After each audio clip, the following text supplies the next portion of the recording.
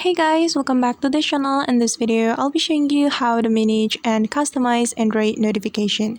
So let's get started. First of all, go to your settings application on your Android phone and you're going to click on notifications menu. It's right here.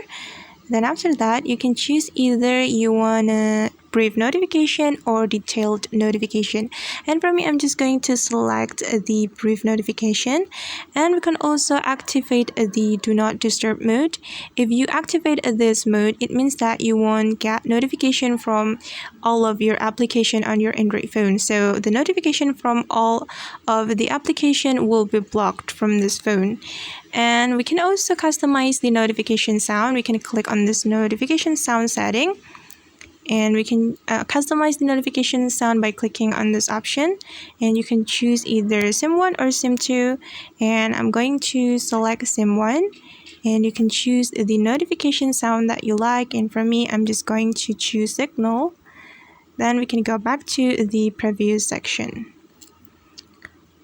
So click on back button and you can choose the sound mode, guys. You can choose either sound, vibrate or mute.